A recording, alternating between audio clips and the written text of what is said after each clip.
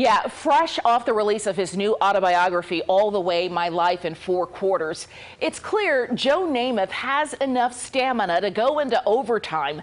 These days, he's passionate about a form of treatment for traumatic brain injury, especially for former athletes.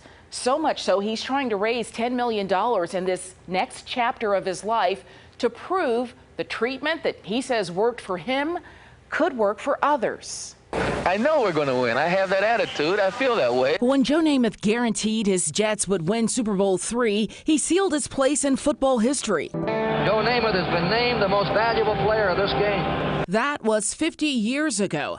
Could he land another spot in the history books off the field with his efforts to fund research into traumatic brain injury? Had some guys that were football associates that took their own lives. All of these former NFL players were later determined to have chronic traumatic encephalopathy, or CTE, a very present matter of concern for retired NFL players like Namath, whose pasts involve repetitive hits to the head. I knew I had a handful of concussions, and I felt like it behooved me to find out for my children, myself, you know, what's going on and what can we do about it, if anything. I spoke on FaceTime with Dr. Robert Cantu, the co-founder of the CTE Center at Boston University, which studies the brains of former NFL players. Well, Sherry, we can treat the symptoms.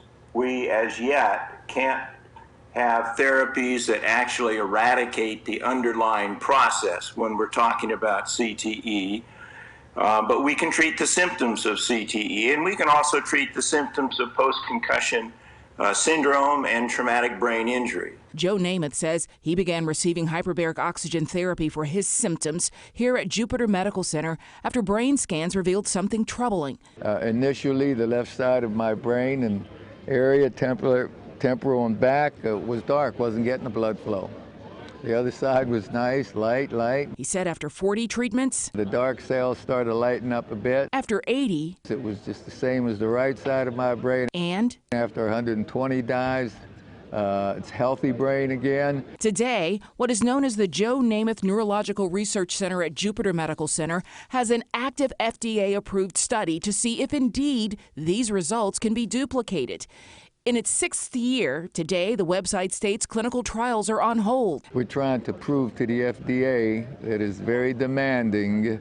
They don't want anecdotal information. They want hard, factual information on these tests, that it does work. As this FDA consumer update shows, hyperbaric oxygen therapy can be controversial. In the lines of the types of therapies that are available, what do you say about that one and either the need for more research or the fact that it may not work for everybody?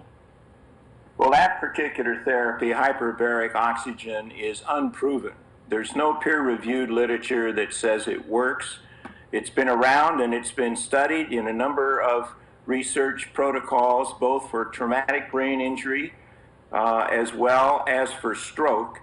And it's not been found to be useful in either one. Now, there are individuals who swear by it, but prospective double-blinded studies have not proved its efficacy.